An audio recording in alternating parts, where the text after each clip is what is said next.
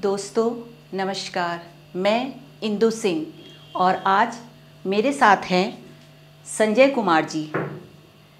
शायद आप सबको संजय जी के परिचय की ज़रूरत नहीं होगी। संजय जी पिछले 1.5 साल से विभिन्न शिक्षा से संबंधित परीक्षाओं के जरिए आप लोगों से YouTube पर जुड़े हुए हैं। दोस्तों, जब से नई शिक्षा नीति लागू हुई है तब से अभिभावक और बच्चे हमारे पास विभिन्न कॉलेजों में दाखिले और नए कोर्स से संबंधित प्रश्न लेकर आ रहे हैं। कभी वो फ़ोन के द्वारा और कभी YouTube पर हम लोगों से प्रश्न पूछते रहते हैं कि सर 12th के बाद क्या करें, एडमिशन कैसे होगा और क्या सब्जेक्ट ले, आदि आदि पर वो प्रश्न हमसे पूछते रहते हैं। तो हम लोगों ने सोचा कि क्यों ना इन प्रश्नों का जवाब हम अपने YouTube प्लेटफॉर्म पर जाकर दें, ताकि जो लोग प्रश्न पूछ नहीं पा रहे हैं उन सबको भी इन प्रश्नों के जवाब का फ़ायदा मिले। तो अब हम हर शनिवार आप लोगों के पास आपके प्रश्नों का समाधान लेकर शाम में 7 बजे गुरु वार्ता के प्रोग्राम के अंतर्गत आएंगे। अब मैं संजय जी से आप लोगों के द्वारा पूछे गए प्रश्न पूछती हूँ और आशा है वो आपको संतोषप्रद जवाब देंगे।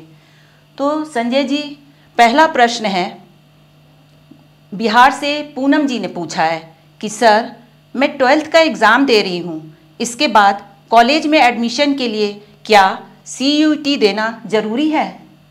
धन्यवाद इंदु जी। मामला ये है कि मैं बहुत दिनों से इंदु जी की प्रोग्राम की प्रोड्यूसर हैं और मेरी वाइफ भी हैं।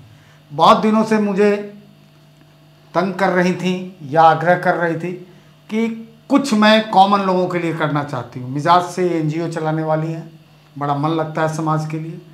तो दाली प्रिंसिपल में इतना बिजी था मैं, प्रिंसिपल, वाइस प्रिंसिपल, KB और तमाम बातें, प्रकाशिकीय चीज़। तो मैंने इनसे वादा किया था कि जब हम इंटरव्यू पूरा करेंगे एक काम को तो चलिए इस सेगमेंट को शुरू करते हैं। क्योंकि दायित्व बड़ा कठिन है कि रेगुलर बताना, और घर का डर भी है कि भाई मामला तो पूरा होम मिनिस्ट्री के हाथ में है, तो आना ही मुझे पड़ा। हालांकि यकीनन इस पर बहुत सारे दुनिया भर के लोग प्रोग्राम करते हैं, तो फिर भी इन्होंने कहा, बोले चलिए कुछ नया करके दिखाते हैं।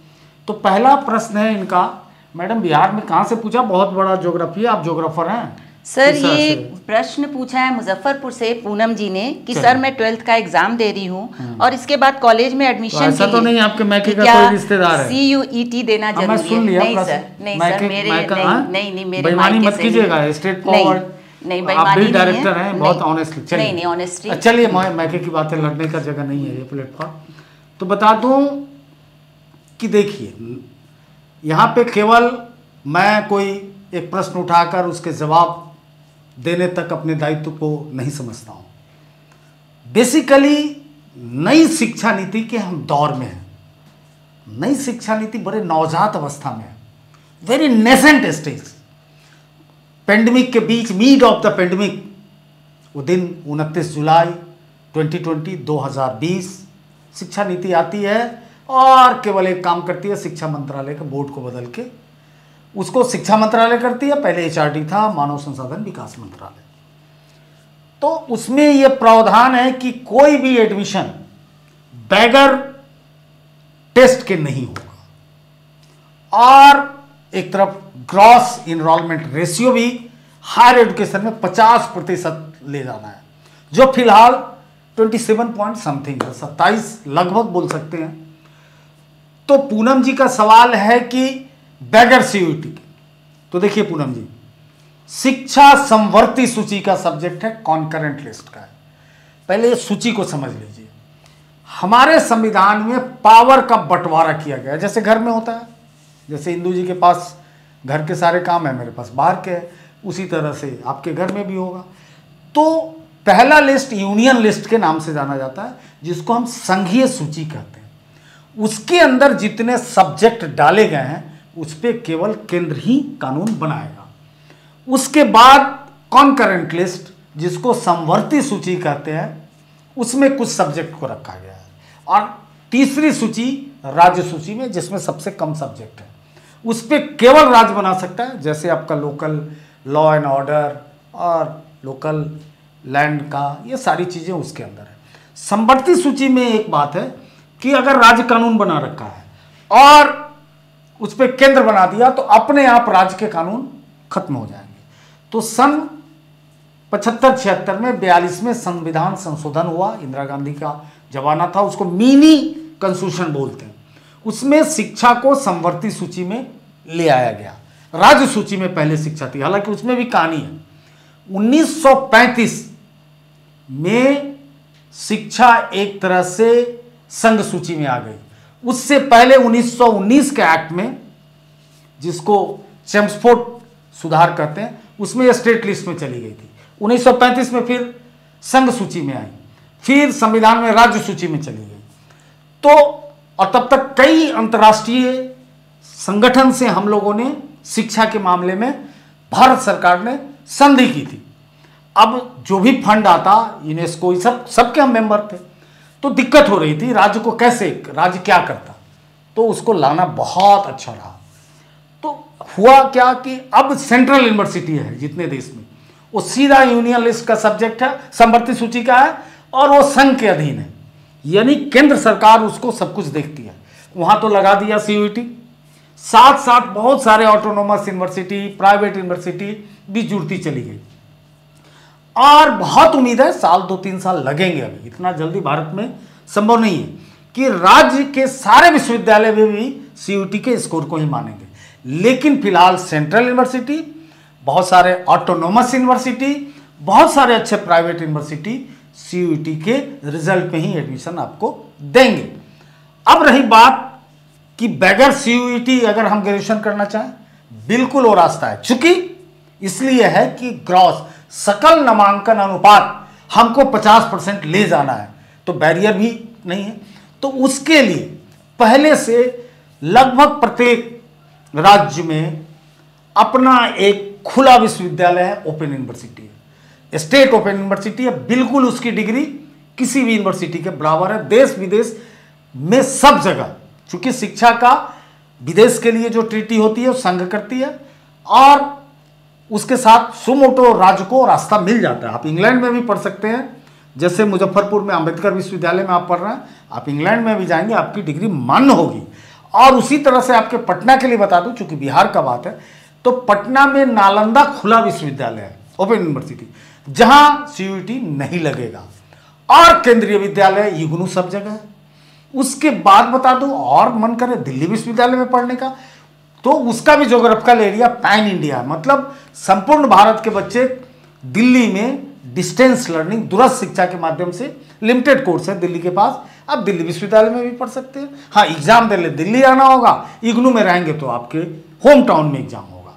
तो कोई जरूरत नहीं एंट्रेंस का, मत घबराइए, एंट्रेंस दीजिए, सेंट्रल यूनिवर्सिटी में हो जाए अच्छा है। राज्य में अभी लागू नहीं हुआ है तो राज्य में पढ़ सकते हैं, और नहीं सेंट्रल यूनिवर्सिटी में अगर आपको शौक है पढ़ने का, तो आपके पास इग्नू आपके दहलीज पे है, दरवाजे पे है, बड़े जोर शोर से, वेराइटीज ऑफ कोर्स के साथ है, अद्भुत विश्वविद्यालय है इग्नू। ठीक है मैडम, आशा है पूनम जी आपको संजय जी के जवाब से संतुष्टि मिल गई होगी। और अगर ऐसा नहीं है, आगे भी आपको कोई प्रश्न पूछना है तो आपके प्रश्न आमंत्रित हैं। सर, दूसरा प्रश्न है नैनीताल से अनीता जी ने पूछा है कि सर मुझे B.Ed करना है, तो मैं क्लास 12th के बाद इसके लिए क्या करूं? देखिए, अब फिर नई शिक्षा नीति समझिए। नई शिक्षा नीति कहती है कि B.Ed शिक्षा को दुरुस्त करना है, बहुत अच्छा करना है। वर्ल्ड में कहीं भी अगर सबसे ज्यादा ध्यान दिया जाता है तो B.Ed, चूंकि भविष्य, हमारे देश का भविष्य उनके हाथ में होता है, उससे प्रतिष्ठित कोई डिग्री नहीं है।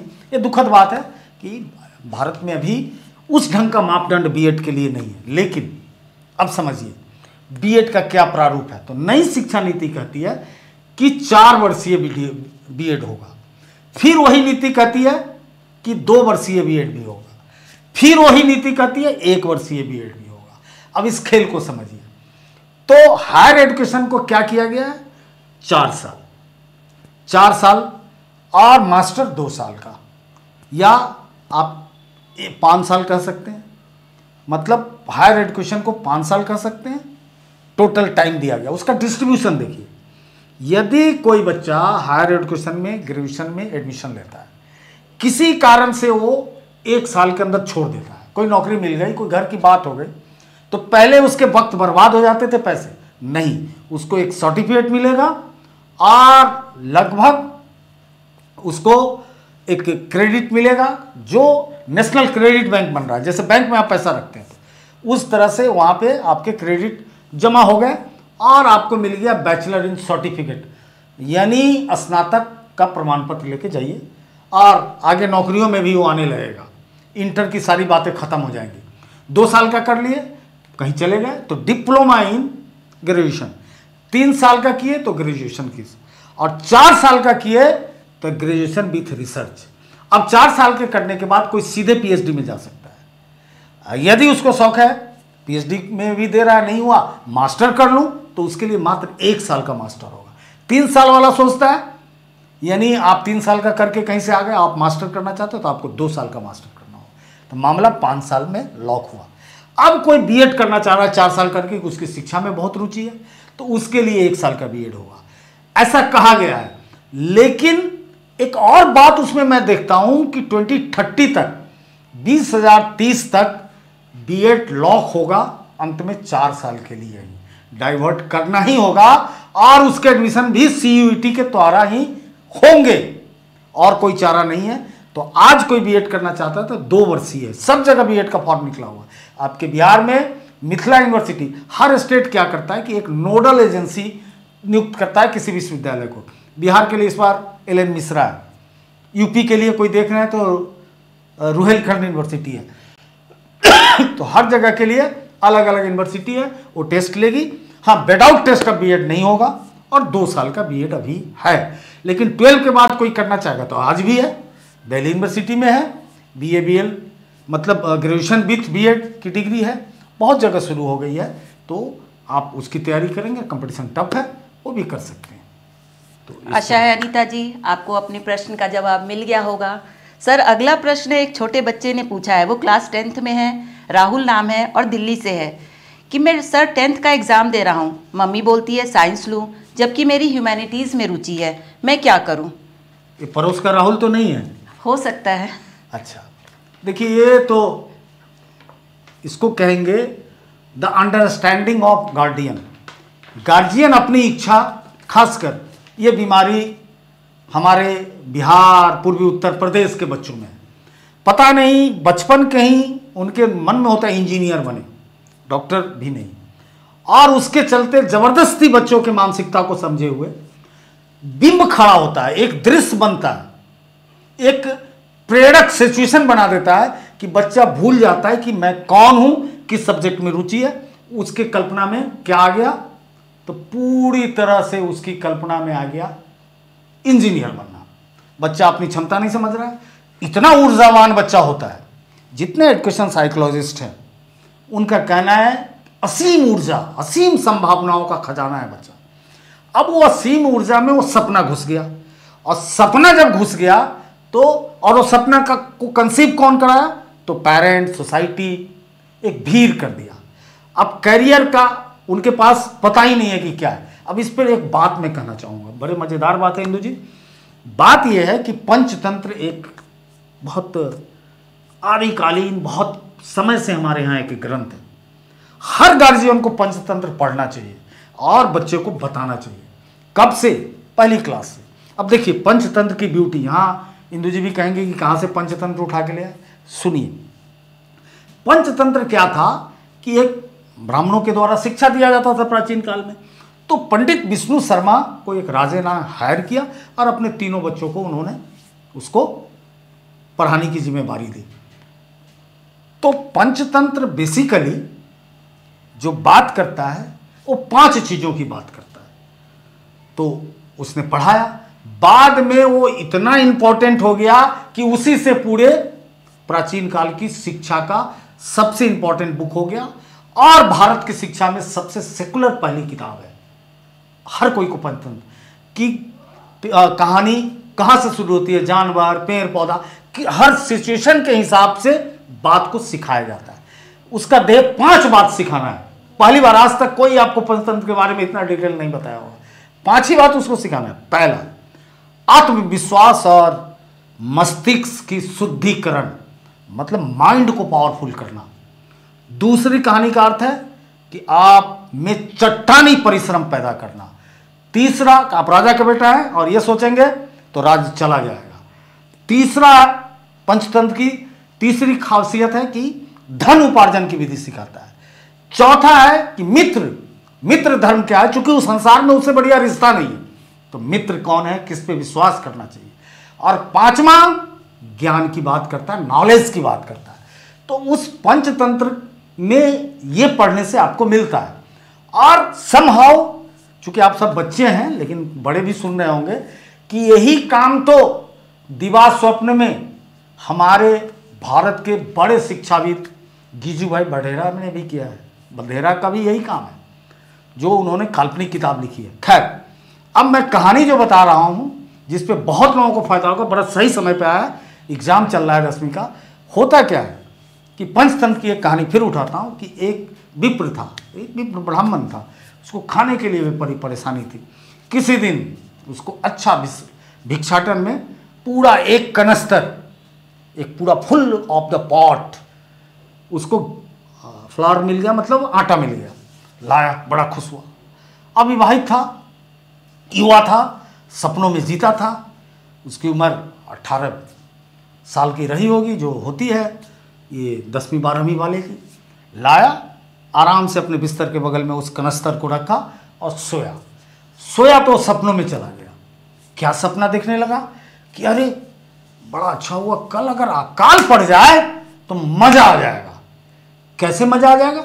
तब मैं इस आटे को बेचूंगा बहुत महंगे कीमत पे, फिर उसको बेच के बकरी ले आऊंगा, फीमेल गोट से ले आऊंगा, और बकरी से बच्चे पैदा होंगे, फिर उसको बेचूंगा, फिर पूंजी आएगी, फिर गैया ले आऊंगा, फिर मीठे दूध भी खूब खा के स्वास्थ्य अच्छा करूंगा और खूब पैसा वाला हो जाऊंगा। उसके बाद मेरा राजा मुझे देखेगा, अरे क्या खूबसूरत है, अपनी बेटी की शादी कर देगा, क्या मजा आ जाएगा। और रानी की बेटी हमारी पत्नी बनेगी, कितनी सुंदर होगी, कितनी रूपवान होगी। अरे भाई, उसके बाद यहीं भी जनाब पंडित जी नहीं थम रहे हैं। उसके बाद क्या खेल कर दूंगा? तो उसके बाद मैं एक नया खेल करूंगा कि बच्चे होंगे। अब बच्चे होंगे तो उनको शुरू से ही खूब शिक्षा दूंगा, सब कुछ समझाऊंगा, और शैतानी करेंगे ना तो पीटूंगा। अब पीटने की बात दिमाग में आई तो उनका हाथ चलने लगा, नींद में थे। और उसके बाद वो सारा आटा का कनस्तर गिर गया, वो उड़ गया, मतलब धूल की तरह उड़ने लगा। पंडित जी का पूरा मुंह सब ढक गया वो धूल से, तेज से गिर गया। बड़े गुस्से में थे, उत्साह था। नींद खुली, सपना हवा और पूंजी गायब पंडित जी के, जो अपने खाने के लिए आटा था। तो तमाम काल्पनिक चीजें, पुरुषार्थ इसकी इजाजत नहीं देता है, कल्पनाओं से जीवन नहीं चल सकता है। यही पंचतंत्र सिखाता है, यही हमारे बच्चे 10वीं में कल्पना करते हैं। उस बच्चे का साइको एनालिसिस करवाना चाहिए किसी भी टीचर से। बड़ा सिंपल है कि अगर आपके घर में कोई बच्चा है, आप उसको साइंस पढ़ाना चाहते हैं 11-12 में, सिंपल सी बात है कि क्लास 8th में जैसे ही बच्चा आता है, जहां से जीन पियाजे बहुत बड़े साइकोलॉजिस्ट हैं, जो कहते हैं कि बच्चे के अंदर 2 चीजें होती हैं। बचपन में बच्चा कॉन्क्रीट अंडरस्टैंडिंग का होता है। कंक्रीट अंडरस्टैंडिंग का मतलब मूर्त रूप से सोचता है, चीजों को देखता है, मिठाई है, लड्डू है, देखा। अमूर्तता, अब्स्ट्रैक्ट थिंकिंग, उसको मतलब उनके 7 से 11 के बीच डेवलप होना लगता है। तो अब्स्ट्रैक्ट थिंकिंग ही अमूर्तता है, उसमें सपने भी हैं, उसमें कुछ बनने का उमंग भी है। तो जैसे ही ये डेवलप हो जाए, बड़े बड़े प्रॉब्लम, तो उस बच्चे से एक बार में पहली क्लास से लेके और 8वीं तक के मैथ्स को साइंस के सवाल को, मैथ ही आप ले लीजिए ना, रैंडमली सिलेक्ट कर दीजिए, रख दीजिए, कहीं बनाओ। वो अगर एकदम बिना घबराए ठक दिया, 8वीं में एडमिशन लेते ही, उसके बाद 8वीं का दे दीजिए, उसको भी वो अगर वो बना दिया बेसिक कॉन्सेप्ट से, तो उसको कोई जीवन में नहीं रोकेगा। लेकिन वो अगर रुक रहा है, काउंटिंग भूल रहा है, कभी भी उस बच्चे की जिंदगी बर्बाद नहीं कीजिए। अरे उसके पास सपना बदल दीजिए। आज देश में हर सब्जेक्ट का, अब देखिए ना कि मतलब कौन ऐसा सब्जेक्ट है, यूट्यूब तो दिखा ही रहा है, कौन नहीं करोड़पति अरबपति बनते जा रहा है। मेरिट उसके अंदर डेवलप करना है। और तो इसलिए दबाव न डालें, कभी भी भेड़ चाल का शिकार ना हो, हर बच्चे में सारे एजुकेशन, फिर आऊंगा फिलोसफर और साइकोलॉजिस्ट का, हर बच्चा इस संसार का अद्भुत है और उस अद्भुत चेतना को अगर हम नहीं समझते हैं तो हम दोषी हैं। हम दोषी, हमारे धर्मशास्त्र में माना गया कि संसार में कोई भी ऐसी चीज नहीं है जो औषधि गुण नहीं रखती है और कोई भी मनुष्य ऐसा नहीं है जो योग्य नहीं है। कमी क्या है? गुरु की है। इसके चलते ही हमारे देश का सारा संसाधन बर्बाद हो रहा है और बेवजह एक इंडस्ट्री कोचिंग की बनी हुई है और उसके बाल मन को छीन रही है और विक्षिप्त होकर इतने ऊर्जा बर्बाद करके हमारे बच्चे बर्बाद हो रहे हैं। क्योंकि जिसके अंदर कैपेबिलिटी होगी कोचिंग की जरूरत ही नहीं। सेल्फ भाई एजुकेशन का तो ही तो काम है, प्रॉब्लम सॉल्वर बनाना, समस्या समाधान कराना और क्रिटिकल थिंकिंग दोनों आ गया तो फिर कहाँ किसी की जरूरत है, समझ में नहीं आता है। हम तो आईएएस में भी मेरे से लोग मिलते मतलब कहीं जरूरत नहीं है। 5000 शब्द में कोई टॉपिक लिखो मेरे सामने, आज तक कोई हिंदी में नहीं मिला है, अंग्रेजी में मिला है। ये हालत है, लिखना भूल गए, पढ़ना जान। जब तक नहीं लिखोगे आईएएस भी नहीं बनोगे। डेली अगर 8वीं क्लास में हो तो 250, वो भी बताऊंगा, फिर आगे बताऊंगा। चलिए नेक्स्ट क्वेश्चन। तो राहुल की मम्मी से मैं कहना चाहूंगी कि राहुल के ऊपर आप प्रेशर ना डालें, उसका जिसमें इंटरेस्ट है आप उसको उन विषयों को पढ़ने दें। अगला प्रश्न है सर संतोष गुवाहाटी से। सर अगर मैं CUT नहीं क्लियर कर पाया तो क्या मैं कॉलेज में एडमिशन नहीं ले पाऊंगा? मैं ऑलमोस्ट इसका जवाब दे दिया हूँ भाई संतोष जी। स्टेट यूनिवर्सिटी में जाइए और आपके यहाँ तो हांडिक, कृष्णकांत हांडिक शायद नाम है, ओपन है आपके यहाँ, वहाँ से कर लीजिए, कोई दिक्कत नहीं है। दुनिया गोल है और विशेष जवाब तो मैं दे ही चुका हूँ। सर अगला प्रश्न है पूजा लखनऊ से। सर CUT के बगैर क्या बीएड में एडमिशन मिल जाएगा? बिल्कुल, अभी तो आज नकल होना है। अभी बीएड में तो अलग से टेस्ट है ना, बीएड का सब जगह निकला है। इनको बोलिए रुहेलखंड यूनिवर्सिटी के वेबसाइट पे जाए, 3 दिन पहले निकला है और वहाँ से कर ले। CUT के थ्रू कहाँ हो रहा है? आपको ग्रेजुएट, देखिए मिनिमम क्वालिफिकेशन बीएड के लिए क्या है? कॉमन, कि आप ग्रेजुएट होना चाहिए और उसके बाद आपको एंट्रेंस देना है, तब बीएड करेंगे। तो आप कर सकती हैं अपने यूपी के सारे कॉलेज में, जो बीएड के कॉलेज हैं प्राइवेट और सरकारी, दोनों को कॉमन लिस्ट से ही आना पड़ेगा। जैसे इंजीनियरिंग में, मेडिकल में, उसके बाद काउंसलिंग होगी, कॉलेज अलॉट होगा नंबर के हिसाब से। तो आप जाइए और टेस्ट दीजिए। बल्कि मैडम मैं बताना चाहूँगा कि हमारी दूसरी कंपनी स्ट्रेट फॉरवर्ड पब्लिशर है, जिसका एजुकेशन पे बहुत ज़्यादा काम है। आप मांग सकते हैं बहुत कुछ, और हो सकता है हम लोग इस पर क्लास भी अनाउंस करें। चलिए आगे। अगला प्रश्न सर बहादुरगढ़ से अशोक जी पूछ रहे हैं कि सर किसी ऐसे कोर्स के बारे में बताएं जिसे करके मैं अपने परिवार को आर्थिक रूप से मदद कर सकूं। इसके लिए आपको इंटरेस्ट चुनना होगा, जिसमें रुचि हो गई। फिर एक कथा में ले चलता हूं, वो पंचतंत्र की नहीं है, हमारे उद्यमशीलता की कथा है, प्राचीन साहित्य से। बड़ा सिंपल, चूंकि आप लोग सब बहुत कम उम्र के हैं तो बहुत हाई स्टैंडर्ड का क्लास में नहीं बना रहा हूं। एक लड़का था, वो लड़का सोचता था कि मैं बहुत बड़ा आदमी बनूं, और 1 रुपया पैसा नहीं था। सोच लीजिए कि वो बनिए का पुत्र था। उस बच्चे ने गया और कुछ चूहे को मारा, बड़ा इजी चूहा मिल जाता है, और मारा, उसको बेचा, बिक गया।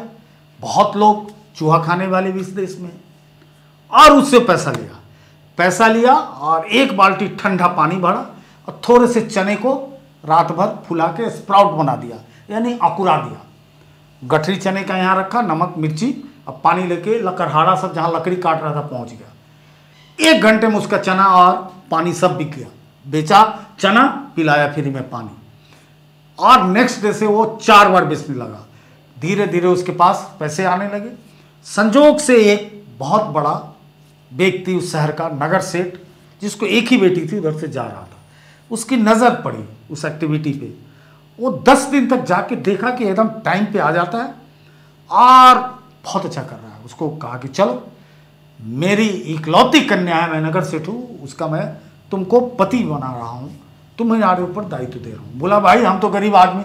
बोला गरीब और अमीर नहीं है, तुम्हारे अंदर जो एम्प्लॉयबिलिटी है, जो गवर्नमेंट चाहती है, जो उद्यमशीलता है, उच्च कोटि का है। तो तुमसे अच्छा कौन भार्या होगा मेरी बेटी का? कौन जीवन संभालेगा? यही तो चाहिए मुझे, थोड़ी कोई आलसी, कोई व्यसनी आदमी चाहिए। तो this is the true story for about the career. अपने चॉइस को देखो, अपने को पहले जानो कि किस में अच्छा कर सकते हो, किस में अच्छा कर सकते हो। कुछ भी कर सकते हो, रोड पे झाड़ू लगा के बहुत बड़े आदमी बन सकते हो, बहुत बड़े आदमी बन सकते हो झाड़ू पोछा लेकर। बाद में कंपनी खोल दोगे, इतना घर घर में एक ईमानदार सफाई वाले की जरूरत नहीं। कपड़े का लॉन्ड्री खोल दो, छोटी छोटी चीजें, किलो पे कपड़ा ढुलता है, स्टार्टअप बन चुका है। कुछ भी करो, मास्टर बनो, टीचर बनो, आईएएस बनो, लेकिन रुचि को देखो, तैयारी में कर दो। पंचतंत्र की वही बात, चट्टानी मेहनत करनी होगी, इससे मत डरो, रात दिन मत देखो, रिलैक्स शब्द को हटा दो, सब कुछ आप पा जाओगे। लेकिन चॉइस का करोगे, जबरदस्ती करोगे, मन नहीं लगेगा, थक जाएगा। मेरी आदत है पढ़ने की, खूब पढ़ता हूं, चूंकि मैं थकता ही नहीं हूं, तो अपने चॉइस का मैंने जिंदगी चुना। मैं नहीं गया किसी नौकरी करने, कहीं भी नहीं, पूरा अपने रूटीन में जी कर अपने बच्चों का भरण पोषण किया और सब कुछ किया। तो सबसे बड़ी चीज है आपकी रुचि क्या है। रुचि का वही मतलब है जिस काम को हर हाल में, हर परिस्थिति में संपन्न करें, वही मेरी रुचि है। Next. तो अशोक जी, मैं कहना चाहूँगी, अगर आप उद्यमशील हैं, मेहनती हैं, ईमानदार हैं, तो आप कोई भी काम करके अपने घर की आर्थिक स्थिति को सही कर सकते हैं और अपने मम्मी पापा को मदद कर सकते हैं। सर, अगला प्रश्न है संजीव पटना। सर, सीमा सुरक्षा बल में भर्ती के लिए क्या करना होगा और कौन सी किताबें पढ़ें जो हमें इसमें सफलता मिल जाए? अरे, ये तो बड़ा विचित्र क्वेश्चन है। देखिए, सीमा सुरक्षा मतलब बल का मतलब है बीएसएफ, बॉर्डर सिक्योरिटी फोर्स। बड़ा जज्बा का लड़का है भाई। देखिए, एक तैयारी में आप 4 जगह जा सकते हैं, सीमा सुरक्षा बल, सीआरपीएफ, इंडो वो तिब्बतियन फोर्स, एसएसबी, तो और सीआईएसएफ, सब जगह जा सकते हैं एक तैयारी से। बेसिकली इसमें आप अगर कांस्टेबल बनना चाहते हैं तो 12 तक का, 6 से 12 तक की सारे किताब को ठीक से पढ़िए और कोई भी एक जीके जीएस की किताब खरीदिए जो बाजार में मिलता है, या अखबार से करंट बनाइए, या यूट्यूब पर फिरिए। तो आप और फिजिकल करिए, डेली 8 किलोमीटर दौड़िए, प्रोटीन खूब खाइए, पानी खूब पीजिए, उसके फिजिकल जो उसके मापदंड है उसमें पहले खड़ा उतरिए, उसके बाद एंट्रेंस कीजिए। ऑफिसर्स बनना है ग्रेजुएशन के बाद, यूपीएससी देती है असिस्टेंट कमांडेंट का एग्जाम, उसके लिए प्रयास कीजिए, सिलेबस जाके देखिए, सब्जेक्ट का सिलेक्शन सही कीजिए और कीजिए, बन जाइएगा, ऐसा कुछ नहीं है। अब किताब की बात है तो मैं बहुत को तो नहीं जानता हूँ। एक आप किरण प्रकाशन की किताब, इसके लिए किरण स्कूल ऑफ एक्सेलेंस की किताब पढ़ सकते हैं, जिसको मैं अभी हाल फिलहाल में देखा है, और बहुत सारे होंगे, प्रतियोगिता दर्पण की हो सकती है, और जितने हैं, अरिहंत है, तो किसी का देखिए। किरण का थोड़ा प्रैक्टिकल लगता है, और कोई भी ठीक है, सब चलेगा जो आपके सर में मिलता हो। सर, आपने बोला 6 से 12 की किताबें, तो एनसीईआरटी की किताबें? हाँ, जो उन्होंने पढ़ा है। एनसीईआरटी की मतलब स्टेट में भी एससीईआरटी की किताबें लगती है, तो एनसीईआरटी से ही मैटर जाता है। बिल्कुल। तो उसके लिए अलग से एनसीईआरटी का एक बोझ बना ले। हर स्टेट के पास एससीईआरटी होता है, जैसे एनसीईआरटी है तो स्टेट की, और वो सब जगह एससीईआरटी, एक दिल्ली का एससीईआरटी बहुत काम करता है और जगह बहुत काम नहीं है, एनसीईआरटी से ही लेके वो काम करते हैं।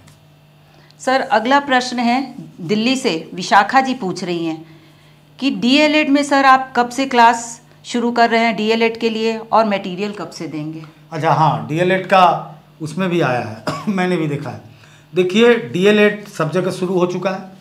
डीएलएड में बहुत जल्दी, अभी सारी चीज़ें, अब होली के बाद आप चैनल सब्सक्राइब कर लीजिए, लाइक कीजिए और हमारे साथ इन टच रहिए, तो बहुत जल्दी होली के बाद इसकी सूचना होगी और हम क्रैश कोर्स कराएंगे। ये नहीं कि हम पढ़ा के टाइम बर्बाद करेंगे। सबसे ज़रूरी है, बार बार कहता हूँ जीवन में, कि जो एग्ज़ाम एमसीक्यू बेस है उसमें प्रैक्टिस, जितना प्रैक्टिस करेंगे, और जो लिखने वाला है लिखना लोग भूल रहे हैं, पता नहीं पढ़े जा रहे हैं क्या पढ़ रहे हैं। शुद्ध लिखना बहुत मुश्किल काम है। लिखिए, अगर आप चाहें तो मुझे क्लासेस पे मेल करके भेजें, आपके सारे चीज़ों को रीस्ट्रक्चर कर सकता हूं जो आप भेजेंगे। किसी भी एग्जाम की तैयारी कर रहा हूं, कोई पीएचडी थीसिस भी फ्री में भेज सकता है, उसके कुछ क्रस जो बता दूंगा लिखने का स्टाइल।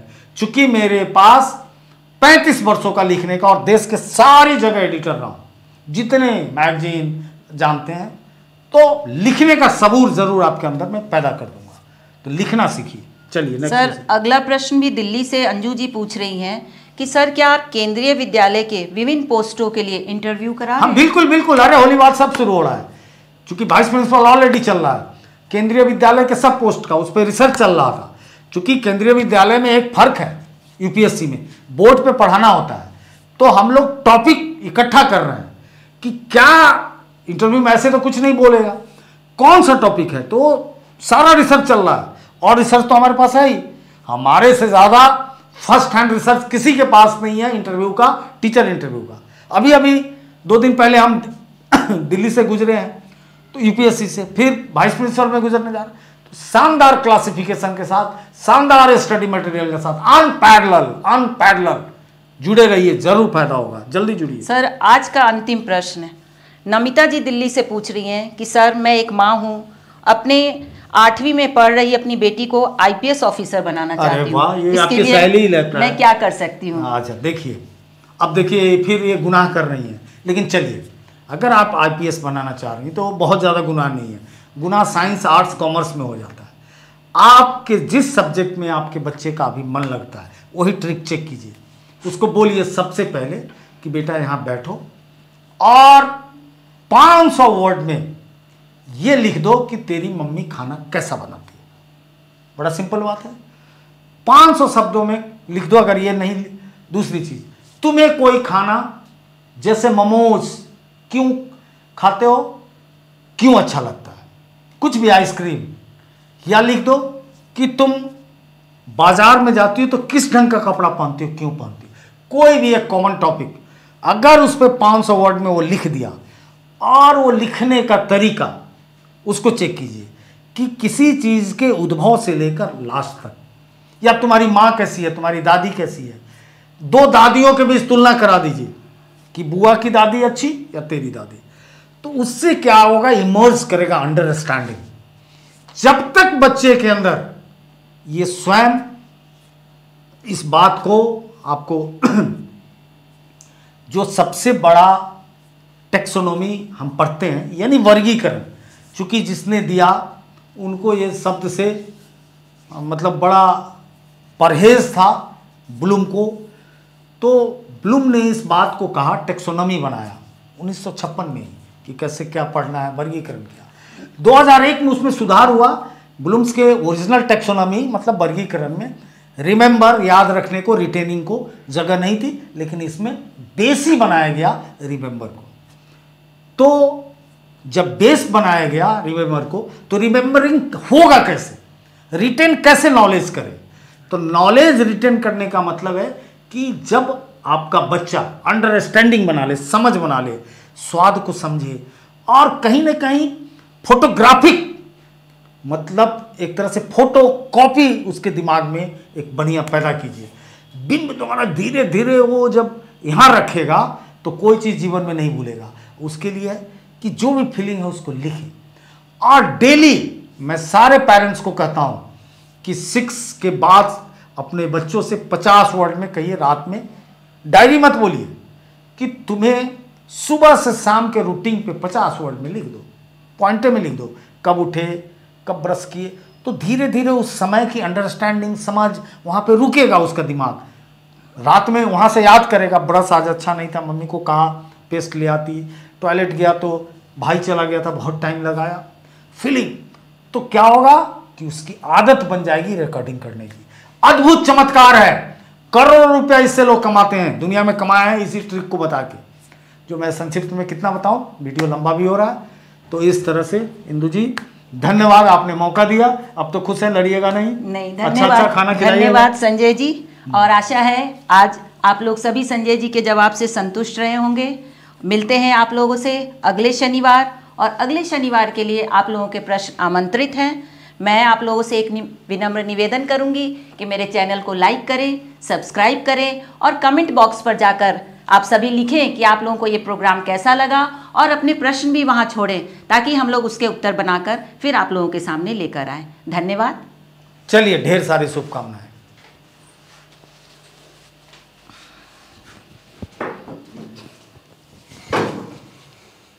हड़बड़ा के धन्यवाद करते हुए उतर का गए हो।